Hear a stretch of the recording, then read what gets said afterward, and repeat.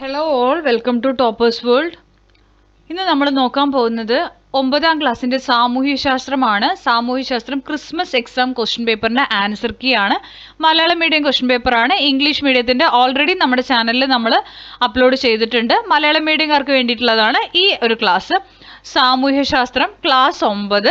ഇതിലെ ഉത്തരങ്ങളാണ് Christmas exam, ഈ കഴിഞ്ഞ ഹാഫ് ഇയർലി എക്സാമിന് നിങ്ങൾ എഴുതിയ ചോദ്യപേപ്പർ തന്നെയാണിത്. അപ്പോൾ ക്ലാസ് തുടങ്ങുന്നതിന് മുമ്പ് നമ്മുടെ ചാനൽ ആദ്യമായി കാണുന്നവരുണ്ടെങ്കിൽ സബ്സ്ക്രൈബ് ചെയ്തൊന്ന് സപ്പോർട്ട് ചെയ്യുക.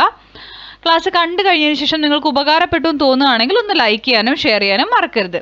അപ്പോൾ നമുക്ക് നോക്കാം. ഫസ്റ്റ് ക്വസ്റ്റ്യൻ, ഗുപ്ത കാലഘട്ടത്തിലെ ഷഡ് ദർശനങ്ങളിൽ ഒന്നായ സാഖ്യ ദർശനത്തിന്റെ വക്താവ് ആര്? Option C Kapilan.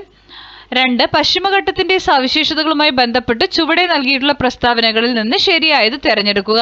1, 3 ശരി. തെക്ക് കന്യാകുമാരി മുതൽ വടക്ക് ഗുജറാത്ത് വരെ വ്യാപിച്ചിരിക്കുന്നു. 3, ഉപദ്വീപീയ ഇന്ത്യയിലെ ഏറ്റവും ഉയരം കൂടിയ കൊടുമുടിയായ ആനമുടി ഈ പർവ്വതനിരയിലാണ്. 3, ഇന്ത്യയിലെ തിരഞ്ഞെടുപ്പ് കമ്മീഷനുമായി ബന്ധപ്പെടാത്ത പ്രസ്താവന കണ്ടെത്തുകയാണ്. ബി ആണ്. 5 വർഷമാണ് അംഗങ്ങളുടെ ഔദ്യോഗിക കാലാവധി. ഇത് അല്ലാത്തതാണ് കേട്ടോ. നെക്സ്റ്റ്, 4, ചുവടെ നൽകിയിരിക്കുന്നവയിൽ മനുഷ്യ മൂലധന രൂപീകരണത്തിന് വെല്ലുവിളിയായ ഘടകം തൊഴിലില്ലായ്മ. ഓപ്ഷൻ ഡി ആണ് ഉത്തരം. 5, എ കോളത്തിന് അനുയോജ്യമായവ ബി കോളത്തിൽ നിന്നും കണ്ടെത്തി ക്രമപ്പെടുത്തുക. അപ്പൊ എ 2 ആണ്. ബൃഹത് സംഹിത എന്ന് പറയുന്ന 2 വരാഹമിഹിരൻ. ബി എന്ന് പറയുന്നത് 3 ആണ്. അമരകോശം അമരസിംഹനാണ്. കുമാരസംഭവം സി കാളിദാസൻ. സി 4 ആണ്. ത്രികണ്ഠി എന്താണ്? ഡി 1 ആണ്. ഭർതൃഹരി.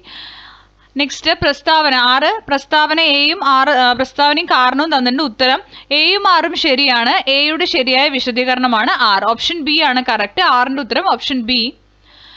7, ജനസാന്ദ്രതയുമായി ബന്ധപ്പെട്ടത് തിരഞ്ഞെടുത്തെഴുതുക. ഓപ്ഷൻ സി 1 ചതുരശ്ര കിലോമീറ്റർ പ്രദേശത്തുള്ള ശരാശരി ജനസംഖ്യ. 8, പ്രസ്താവന 1ഉം പ്രസ്താവന 2ഉം തന്നിട്ടുണ്ട്. ഉത്തരം വരുന്നത് ഓപ്ഷൻ എ 1 മാത്രം ശരിയാണ്. ഇനി 9ാമത്തെ ചോദ്യം, എ ഉണ്ട് ബി ഉണ്ട് കേട്ടോ. എ ഓർ ബി ആണ്. അപ്പൊ രണ്ടും നോക്കാം. 9A, ഭൂമിദാനവുമായി ബന്ധപ്പെട്ട് ചുവടെ നൽകിയിരിക്കുന്ന ചാർട്ട് പൂർത്തിയാക്കുക. അപ്പൊ നമ്മൾക്ക് ഭൂമിദാനത്തിലെ വ്യത്യാസം ശതവാഹനന്മാർ അവർ തന്നിട്ടുണ്ട്. ഓപ്ഷൻ എയിൽ നമ്മൾ ആൻസർ ഗുപ്തന്മാർ കൊടുക്കുക. ഗുപ്തന്മാരുടെ അടിയിലുള്ളത് നിങ്ങൾ വായിച്ചു നോക്കിക്കോളൂ. ശതവാഹനന്മാരുടെ അടിയിലുള്ളത് ഭൂമിയിലുള്ള വിഭവങ്ങൾക്കുള്ള അവകാശം മാത്രം നൽകി. അതാണ് ഉത്തരങ്ങൾ വരിക. ഇനി അല്ലെങ്കിൽ ഗുപ്ത കാലഘട്ടത്തിലെ സാമൂഹ്യ ജീവിതവുമായി ബന്ധപ്പെട്ട ചാർട്ട് പൂർത്തിയാക്കുകയാണ്.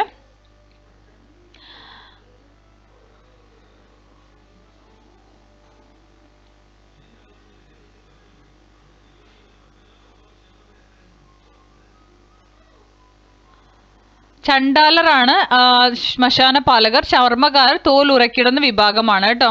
നെക്സ്റ്റ് വരുന്നത് 10, മനുഷ്യ മൂലധന രൂപീകരണത്തിന് ദാരിദ്ര്യ നിർമ്മാർജ്ജനം അത്യന്താപേക്ഷിതമാണ്. സമർത്ഥിക്കുക. അപ്പൊ 10, 11, 12, 13, 14, 15. അപ്പൊ ഇത്രയും ക്വസ്റ്റ്യൻസിന്റെ ഉത്തരങ്ങളാണ് ഇനി അങ്ങോട്ട് നമ്മൾ നോക്കാൻ പോകുന്നത്.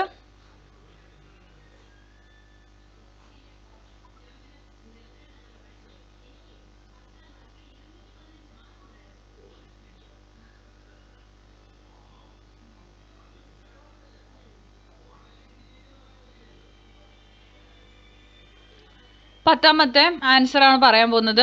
മനുഷ്യന്റെ അടിസ്ഥാന ആവശ്യങ്ങൾക്ക് പോലും നിറവേറ്റാൻ കഴിയാത്ത അവസ്ഥയാണ് ദാരിദ്ര്യം. മനുഷ്യ മൂലധന രൂപീകരണം നേരിടുന്ന ഏറ്റവും വലിയ വെല്ലുവിളിയാണിത്. കുറഞ്ഞ വരുമാനമാണ് മനുഷ്യനെ ദാരിദ്ര്യത്തിലേക്ക് തള്ളിവിടുന്നത്. കുറഞ്ഞ വരുമാനം കാരണം മനുഷ്യന് വിദ്യാഭ്യാസം, ആരോഗ്യം തുടങ്ങിയ അടിസ്ഥാന ആവശ്യങ്ങൾ പോലും നിറവേറ്റാൻ കഴിയാതെ വരികയും അത് കൂടുതൽ ദാരിദ്ര്യത്തിലേക്ക് കൊണ്ടെത്തിക്കുകയും ചെയ്യുന്നു. ദാരിദ്ര്യത്തിന്റെ കാരണങ്ങളും അനന്തരഫലങ്ങളും ഒരു വലയത്തിൽ എന്ന പോലെ പരസ്പരം ബന്ധപ്പെട്ടിരിക്കുന്നു. ഇത് ഭേദിച്ചാൽ മാത്രമേ മാനവ വിഭവശേഷി മെച്ചപ്പെടുത്തി മനുഷ്യ മൂലധന രൂപീകരണം സാധ്യമാവുകയുള്ളൂ. ദെൻ 11, ഈ ചോദ്യങ്ങൾ വായിക്കുന്നില്ല, ഉത്തരങ്ങൾ മാത്രമാണ്. ക്വസ്റ്റ്യൻ നമ്പർ നോട്ട് ചെയ്തിട്ട് പോവുക കേട്ടോ. 11, പാർലമെന്റിലെ ഉപരിസഭയാണ് രാജ്യസഭ. രാജ്യസഭ ഒരു സ്ഥിരം സഭയാണ്. സഭാംഗങ്ങളുടെ കാലാവധി 6 വർഷമാണ്. രാജ്യസഭയിലെ 1/3 അംഗങ്ങൾ ഓരോ 2 വർഷം കൂടുമ്പോഴും വിരമിക്കുകയും ആ ഒഴിവുകളിലേക്ക് തിരഞ്ഞെടുപ്പ് നടക്കുകയും ചെയ്യുന്നു. ഉപരാഷ്ട്രപതിയാണ് രാജ്യസഭയുടെ അധ്യക്ഷൻ. രാജ്യസഭയുടെ പരമാവധി അംഗബലം 250 ആണ്. ഇതിൽ 238 പേരെ തിരഞ്ഞെടുക്കുകയും 12 പേരെ രാഷ്ട്രപതി നാമനിർദ്ദേശം ചെയ്യുകയും ചെയ്യുന്നു. ജനസംഖ്യാനുപാതികമായി സംസ്ഥാനങ്ങൾക്ക് പ്രാതിനിധ്യം നൽകിയിരിക്കുന്ന സഭയാണിത്. 30 വയസ്സ് പൂർത്തിയായ ഇന്ത്യൻ പൗരർക്ക് രാജ്യസഭയിലേക്ക് മത്സരിക്കാൻ യോഗ്യതയുണ്ട്. ഇനി 12ന്റെ ഉത്തരം, ഡെക്കാൻ പീഠഭൂമിയുടെ വടക്കു പടിഞ്ഞാറു ഭാഗം ബസാൾട്ട് എന്ന ലാവാശിലകളാൽ നിർമ്മിതമാണ്. ഈ മേഖലയെ ഡെക്കാൻ ട്രാപ്പ് എന്ന് വിളിക്കുന്നു. ബസാൾട്ട് ശിലയ്ക്ക് അപക്ഷയം സംഭവിച്ച് രൂപം കൊള്ളുന്ന കറുത്ത മണ്ണാണ് ഈ മേഖലയുടെ സവിശേഷത. റിഗർ മണ്ണ് എന്നറിയപ്പെടുന്ന ഫലപുഷ്ടിയും ഫലസംഭരണ ശേഷിയുമുള്ള ഈ മണ്ണ് വേനലിലും കാർഷിക വിളകൾക്ക് സംരക്ഷണമേകുന്നു. പരുത്തി കൃഷിക്ക് ഏറെ പ്രയോജനപ്രദമായതിനാൽ ഈ മണ്ണിന് കറുത്ത പരുത്തി മണ്ണ് എന്നും പേരുണ്ട്. ചുണ്ണാമ്പ്, ഇരുമ്പ്, മഗ്നീഷ്യം, അലുമിനിയം തുടങ്ങിയ ധാതു ലവണങ്ങൾ റിഗർ മണ്ണിന്റെ പ്രത്യേകതയാണ്. 11ഉം 12ഉം കഴിഞ്ഞാൽ 13ആണ്. ഇന്ത്യൻ ഭരണഘടനയുടെ ഭേദഗതിയെ കുറിച്ചിട്ടുള്ള ചോദ്യമാണ്. 13 ദൃഢമായ ഭേദഗതി. ചില പ്രധാനപ്പെട്ട വകുപ്പുകളിൽ ഭേദഗതി വരുത്തുവാൻ പാർലമെന്റിന്റെ ഇരുസഭകളുടെയും പ്രത്യേക ഭൂരിപക്ഷം ആവശ്യമാണ്. മൗലികാവകാശങ്ങൾ, മാർഗനിർദ്ദേശക തത്വങ്ങൾ എന്നിവ ഉദാഹരണങ്ങളാണ്. 13 കഴിഞ്ഞാൽ 14. ഭാരതത്തിൽ 2006 ഒക്ടോബർ 20-നാണ് ഗാർഹിക പീഡന നിരോധന നിയമം പ്രാബല്യത്തിൽ വന്നത്.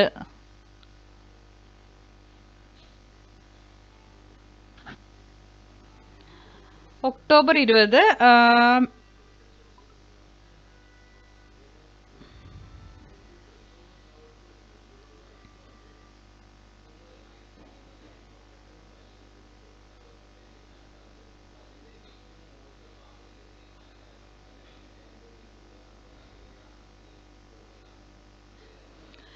ഒക്ടോബർ 26 കേട്ടോ. അപ്പോൾ അതൊന്ന് റീചെക്ക് ചെയ്യായിരുന്നു ഞാൻ. ഒക്ടോബർ 20 അല്ല, 26-നാണ് കേട്ടോ. അപ്പോൾ തെറ്റെഴുതണ്ട. 2006 ഒക്ടോബർ 26 തന്നെ എഴുതുക കേട്ടോ. 2006 ഒക്ടോബർ 26-നാണ് ഗാർഹിക പീഡന നിരോധന നിയമം പ്രാബല്യത്തിൽ വന്നത്. ജീവിത പങ്കാളിയിൽ നിന്നോ ബന്ധുക്കളിൽ നിന്നോ സ്ത്രീകൾക്ക് നേരിടേണ്ടി വരുന്ന പീഡനങ്ങളിൽ നിന്ന് സംരക്ഷണം നൽകുന്നതാണ് ഈ നിയമം.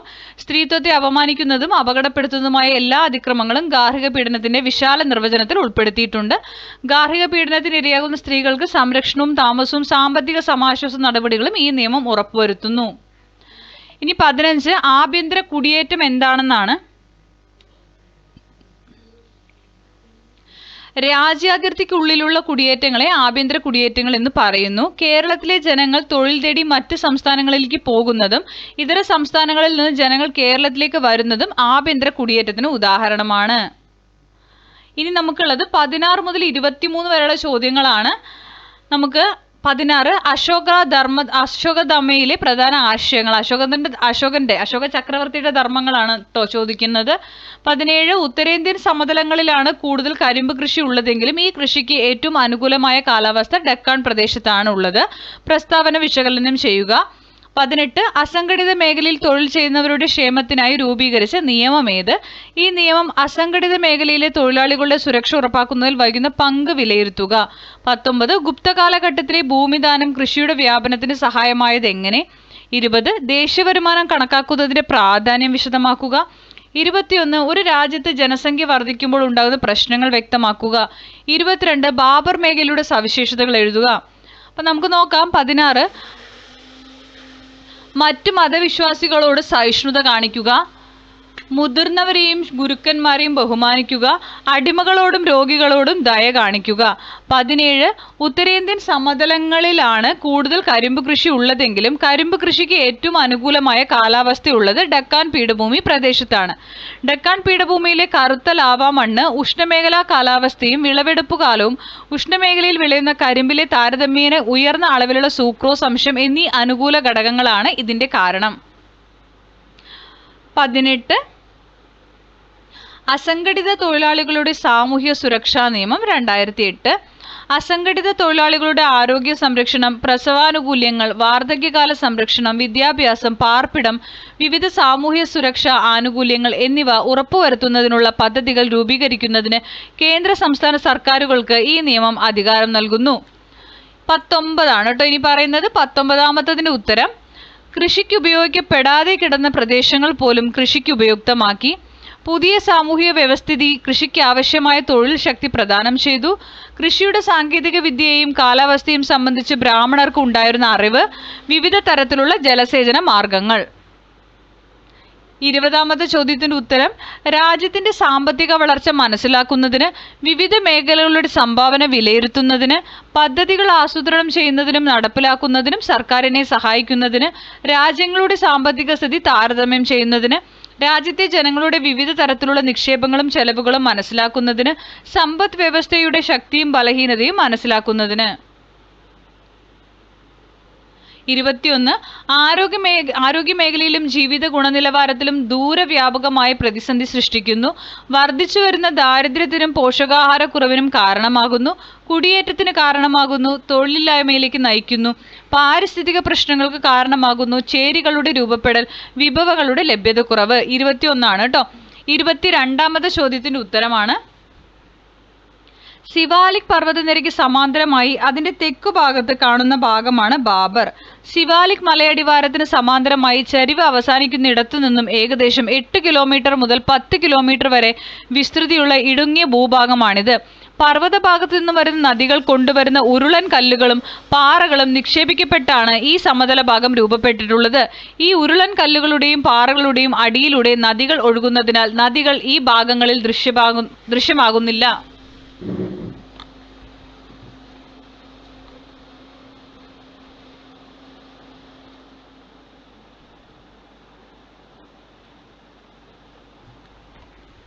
അപ്പോൾ 22 കഴിഞ്ഞാൽ 23 കേട്ടോ. പട്ടിക പൂർത്തിയാക്കുകയാണ്. വിവിധതരം തൊഴിലില്ലായ്മയുണ്ട്. പ്രകടമായ തൊഴിലില്ലായ്മ സവിശേഷത, തൊഴിൽ ചെയ്യാൻ സന്നദ്ധമായിട്ടും തൊഴിലില്ലാത്ത അവസ്ഥ, ഘടനാപരമായ തൊഴിലില്ലായ്മ, നൂതന സാങ്കേതിക വിദ്യയുടെ പ്രയോഗം മൂലം തൊഴിൽ നഷ്ടമാകുന്ന അവസ്ഥ, പ്രച്ഛന്ന തൊഴിലില്ലായ്മ, ഉൽപാദന പ്രവർത്തനത്തിൽ ആവശ്യത്തിലധികം തൊഴിലാളികൾ പങ്കെടുക്കുന്ന അവസ്ഥ. ഇനി 24, 25, 26 കേട്ടോ. 24 നവീന ശിലായുഗത്തിൽ മൃഗങ്ങളെ ഇണക്കി വളർത്താനും കൃഷി ആരംഭിക്കുവാനും മനുഷ്യരെ പ്രേരിപ്പിച്ച ഘടകങ്ങൾ എന്തെല്ലാം? അതിന്റെ ഉത്തരം നമുക്ക് നോക്കാം. 24 ജനസംഖ്യാ വർധനവ്, മനുഷ്യാധിവാസ കേന്ദ്രങ്ങളുടെ എണ്ണത്തിലുണ്ടായ വർധന, സങ്കീർണമായ സാമൂഹിക സംഘാടനം, ഭക്ഷ്യോൽപ്പന്നങ്ങളുടെ ലഭ്യതക്കുറവ്, സാങ്കേതിക വിദ്യയിൽ വന്ന മാറ്റം. 25ാമത്തെ ചോദ്യത്തിന്റെ ഉത്തരമാണ്. ചോദ്യം ഞാൻ വായിക്കുന്നില്ല. 25 കേട്ടോ. ക്വസ്റ്റ്യൻ നമ്പർ 25ന്റെ ഉത്തരമാണ് ഉയരം, ഭൂപ്രകൃതി, മണ്ണിനം, കാലാവസ്ഥ തുടങ്ങിയ ഘടകങ്ങളിലെ വ്യത്യാസം ഹിമാലയൻ നിരകളിലെ സസ്യജാലങ്ങളിൽ പ്രാദേശിക വ്യത്യാസങ്ങൾ സൃഷ്ടിക്കുന്നു. കിഴക്കൻ ഹിമാലയത്തിനും വടക്കുകിഴക്കൻ കുന്നുകളിലും ശരാശരി വാർഷിക മഴ 200 സെന്റിമീറ്ററിന് മുകളിലായി ലഭിക്കുന്നതിനാൽ ഉഷ്ണമേഖലാ നിത്യഹരിത വനങ്ങൾ കൂടുതലായി കാണപ്പെടുന്നു. ഉയരം കൂടുന്നതിനനുസരിച്ച് ഊഷ്മാവ് കുറയുന്നതിനാൽ ഹിമാലയ പർവ്വത പ്രദേശങ്ങളിലെ നൈസർഗിക സസ്യജാലങ്ങളിലും അനുസൃതമായ മാറ്റം ദൃശ്യമാണ്. ഉയരത്തിനനുസരിച്ച് നിത്യഹരിത വനങ്ങൾ മുതൽ ശൈത്യമേഖല സസ്യജാലങ്ങളായ തുന്ദ്ര വരെയുള്ള സസ്യജാലങ്ങളുടെ തുടർച്ച ഇവിടെ കാണാം. താഴ്വരകളിലും ഉയരം കുറഞ്ഞ പർവ്വത ചെരുവുകളിലും അർദ്ധ നിത്യഹരിത വനങ്ങളും ഇലപൊഴിയും വനങ്ങളും കാണപ്പെടുന്നു. 1000 മുതൽ 2000 മീറ്റർ വരെ ഉയരത്തിൽ ആർദ്ര മിതോഷ്ണ വനങ്ങൾ കാണാം. പൈൻ, ദേവദാരു തുടങ്ങിയ സ്തൂപികാഗ്ര വൃക്ഷങ്ങൾ പർവ്വത ചെരുവുകളിൽ കൂടുതലായി വളരുന്നു. പ്രദേശത്തിന്റെ ഉയരം കൂടുന്നതിനനുസരിച്ച് ഉയരം കുറഞ്ഞ സസ്യങ്ങളായ ജൂനിപ്പർ, റോഡോഡെൻഡ്രോൺ എന്നിവയും ഏറ്റവും ഉയർന്ന പ്രദേശങ്ങളിൽ ആൽപൈൻ പുൽമേടുകളും കാണാം. ഇനി 26A ആണ്. 26A എന്താണ് ഉത്തരം? ഉയർന്ന സാക്ഷരതാ നിരക്കും ഉന്നത വിദ്യാഭ്യാസവും, വികേന്ദ്രീകൃത പൊതുജനാരോഗ്യ നയം, ശുചിത്വം, ഭക്ഷ്യലഭ്യതയും പൊതുവിതരണവും. 26Aക്ക് ഒരു ബി ക്വസ്റ്റ്യനും കൂടി ഉണ്ട് കേട്ടോ. ഓറാണിത്. 26A അല്ലെങ്കിൽ 26B ആണ്. ഓറാണ് കേട്ടോ. ഇതിൽ എഴുതാനുള്ള ഒരു ബുദ്ധിമുട്ടുണ്ട്, അതുകൊണ്ടാണ് ഇങ്ങനെ വന്നത്. ഓറാണ് കേട്ടോ. ഓർ ക്വസ്റ്റ്യൻ ആണ്. അപ്പൊ ബിയുടെ ആൻസർ നോക്കാം. സജീവ പ്രായത്തിലുള്ളവരിൽ തൊഴിലെടുക്കുന്നവരുടെ എണ്ണം തൊഴിലെടുക്കാത്തവരുടെ എണ്ണത്തെക്കാൾ കൂടുതലാകുന്നു. ഇതിനെ ജനസംഖ്യാ ലാഭവിഹിതം അല്ലെങ്കിൽ ജനസംഖ്യാപരമായ നേട്ടം എന്ന് പറയുന്നു. ജോലിയെടുക്കുന്നവർ ക്രമേണ ജോലിയെടുക്കാൻ പ്രാപ്തിയല്ലാത്തവരായി മാറുന്നതിനാൽ ഇത് സ്ഥായിയായി നിൽക്കുന്നില്ല. രാജ്യത്തിന്റെ സാമൂഹിക സാമ്പത്തിക പുരോഗതി വർദ്ധിക്കുന്നു. രാജ്യത്തിന്റെ ഉൽപാദനക്ഷമത വർദ്ധിക്കുന്നു. രാജ്യത്തിന് ഉയർന്ന മനുഷ്യ വിഭവശേഷി ലഭിക്കുന്നു. എന്നിവയാണ് ജനസംഖ്യാ ലാഭവിഹിതത്തിന്റെ നേട്ടങ്ങൾ. ഇനി അടുത്തത് 27A. ഗ്രാഫ് നിരീക്ഷിച്ച് ഇവിടെ നൽകിയുള്ള ചോദ്യങ്ങൾക്ക് ഉത്തരം എഴുതുകയാണ്. 1982-81 കാലയളവിൽ സേവന മേഖലയുടെ GVA വിഹിതം എത്ര ശതമാനമായിരുന്നു? 2022-23 കാലയളവിൽ വിവിധ മേഖലകളിലെ മൊത്ത വർദ്ധിത മൂല്യ GVA വിഹിതം താരതമ്യം ചെയ്യുക. ഇതിലൊരു ഓർ ക്വസ്റ്റ്യൻ കൂടി ഉണ്ട്. 27A ആദ്യം, ദെൻ 27Bയിലും ഗ്രാഫ് തന്നെയാണ്. അതിൽ നമുക്ക് ഫസ്റ്റ് ക്വസ്റ്റ്യൻ 2020-21 കാലയളവിൽ കാർഷിക മേഖലയുടെ സംഭാവനയാണ് ചോദിക്കുന്നത്. രണ്ടാമത് 2022-23 കാലയളവിൽ വിവിധ മേഖലകളുടെ സംസ്ഥാനത്തിന്റെ മൊത്ത വർദ്ധിത മൂല്യ വിഹിതം താരതമ്യം ചെയ്യുക. അപ്പൊ നമുക്ക് ആദ്യം 27A നോക്കാം. ഇതൊരു ഓർ ക്വസ്റ്റ്യൻ ആണ് കേട്ടോ. അപ്പൊ 27Aയിലെ ആദ്യത്തെ ഉത്തരം 33%. 2 കാർഷിക മേഖല 17%, വ്യവസായ മേഖല സംഭാവന ചെയ്യുന്നത് 28%, സേവന മേഖല 55%. 27 ബിയുടെ ഉത്തരം ഫസ്റ്റ് ക്വസ്റ്റ്യൻ്റെ 10.11%. ബിയുടെ രണ്ടാമത്തെ ചോദ്യം കാർഷിക മേഖല 8.98%, വ്യവസായ മേഖല സംഭാവന ചെയ്യുന്നത് 28.4%, സേവന മേഖല 62.62%. ഇനി നമുക്ക് 28ാമത്തെ ചോദ്യമാണ്. ചുവടെ നൽകിയിട്ടുള്ള ഭൂവിവരങ്ങൾ കണ്ടെത്തി ഇന്ത്യയുടെ രൂപരേഖയിൽ അടയാളപ്പെടുത്തണം. മുൾത്തായിൽ നിന്ന് ഉത്ഭവിച്ച് മധ്യപ്രദേശ്, മഹാരാഷ്ട്ര, ഗുജറാത്ത് എന്നീ സംസ്ഥാനങ്ങളിൽ കൂടി ഒഴുകുന്ന നദി. മുൾത്തായ് പീഠഭൂമിയിൽ നിന്ന് പറഞ്ഞതിന്റെ താപ്തിയാണ് നദി കേട്ടോ. ബി താർ മരുഭൂമിക്ക് കിഴക്കായി സ്ഥിതി ചെയ്യുന്ന ദീർഘകാല അപരദന വിധേയമായ അവശിഷ്ട പർവ്വതം. പിന്നെ ഹൈദരാബാദ് നഗരം എവിടെയാ? അത് മാർക്ക് ചെയ്യണം. മധ്യ ഉന്നത തടത്തിന്റെ കിഴക്കുഭാഗത്തായി സ്ഥിതി ചെയ്യുന്ന പീഠഭൂമി, അതും നമ്മൾ മാർക്ക് ചെയ്യണം. ചോട്ടാനാഗ്പൂർ ആവാനാണ് സാധ്യത. നമുക്ക് മാപ്പ് നോക്കാം. ഇനി 29A ദേശീയ മനുഷ്യാവകാശ കമ്മീഷന്റെ ചുമതലകൾ, അല്ലെങ്കിൽ ബി ക്വസ്റ്റ്യൻ ഉണ്ട് ദേശീയ വനിതാ ദിനാചരണത്തോടനുബന്ധിച്ച് ദേശീയ വനിതാ കമ്മീഷന്റെ ചുമതലകളുമായി ബന്ധപ്പെട്ട ഒരു സെമിനാർ അവതരണത്തിൽ ഉൾപ്പെടുത്താവുന്ന ആശയങ്ങൾ. അപ്പോൾ 28 നമുക്ക് നോക്കാം. 28ലെ ചോദ്യം വരുന്നത് ആരവല്ലിയാണ് കേട്ടോ. ഇതിൽ ആരവല്ലി എന്നാക്കിക്കോളൂ. ആരവല്ലി ഇവിടെ ആയിട്ടാണ് വരിക. പിന്നെ ഇവിടെയാണ് താപ്തി വരിക. ഹൈദരാബാദ് നഗരം കാണിക്കുക. പിന്നെ ചോട്ടാനാഗ്പൂർ പീഠഭൂമി. ഓക്കെ. ഇനി 29A ഉത്തരം മനുഷ്യാവകാശ ലംഘനം സംബന്ധിച്ച പരാതികളിൽ അന്വേഷണം നടത്തുക. മനുഷ്യാവകാശ ലംഘനം സംബന്ധിച്ച് കോടതി നടപടികൾ കക്ഷി ചേരുക. 29A ഇനിയുണ്ട്. 2 മാത്രമല്ല, ജയിലുകൾ, പുനരധിവാസ കേന്ദ്രങ്ങൾ മുതലായവ. ആ 2 തന്നെയാണ് കേട്ടോ ഈ 2. അത് വീണ്ടും വന്നേ ഉള്ളൂ. ജയിലുകൾ, പുനരധിവാസ കേന്ദ്രങ്ങൾ മുതലായവ സന്ദർശിച്ച് പരിഷ്കരണ നിർദ്ദേശങ്ങൾ സമർപ്പിക്കുക. മനുഷ്യാവകാശ പരിരക്ഷാ സംവിധാനങ്ങളുടെ നിർവഹണവും ഫലപ്രാപ്തിയും വിലയിരുത്തി നിർദ്ദേശങ്ങൾ നൽകുക. മനുഷ്യാവകാശത്തെ സംബന്ധിച്ച അന്തർദേശീയ കരാറുകൾ, പ്രഖ്യാപനങ്ങൾ തുടങ്ങിയവ വിശകലനം ചെയ്ത് നടപടികൾ സ്വീകരിക്കുക. നിയമപാലകർ ഉൾപ്പെടെയുള്ള പൊതുസേവകരുടെ ഭാഗത്തുനിന്ന് ഉണ്ടാകുന്ന മനുഷ്യാവകാശ ലംഘനങ്ങളും ഇവ തടയുന്നതിൽ വരുത്തുന്ന വീഴ്ചകളും പരിശോധിച്ച് നടപടികൾ സ്വീകരിക്കുക. ഇനി 29 ബി ഉണ്ട്.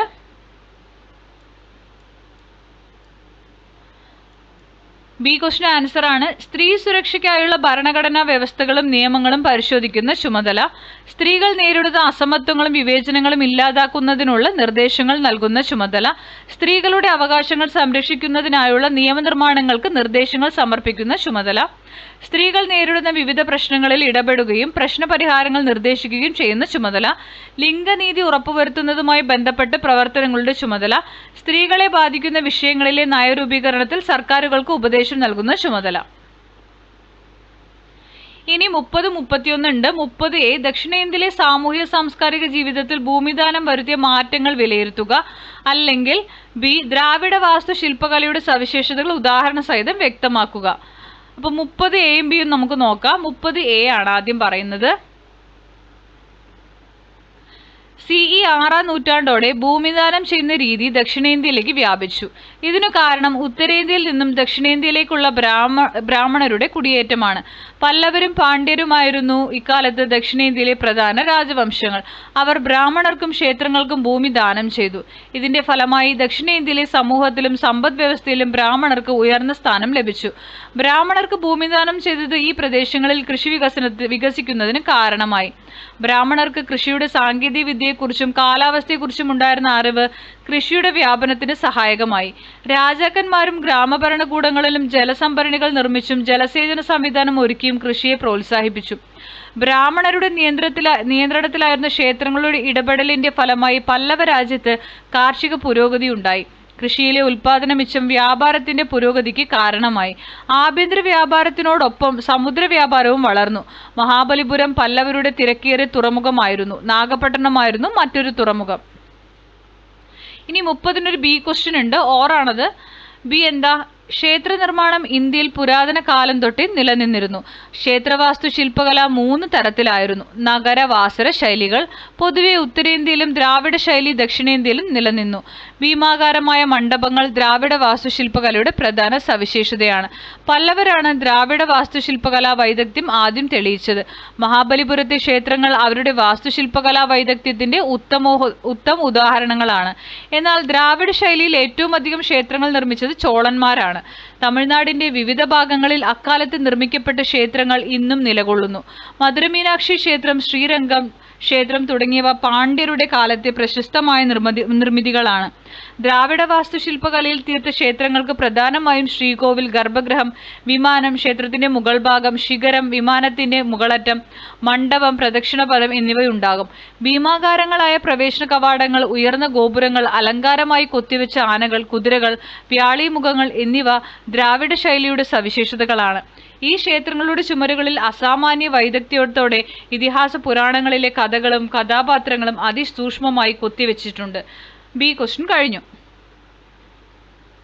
ഇനി 31A ആണ് പറയാൻ പോകുന്നത്.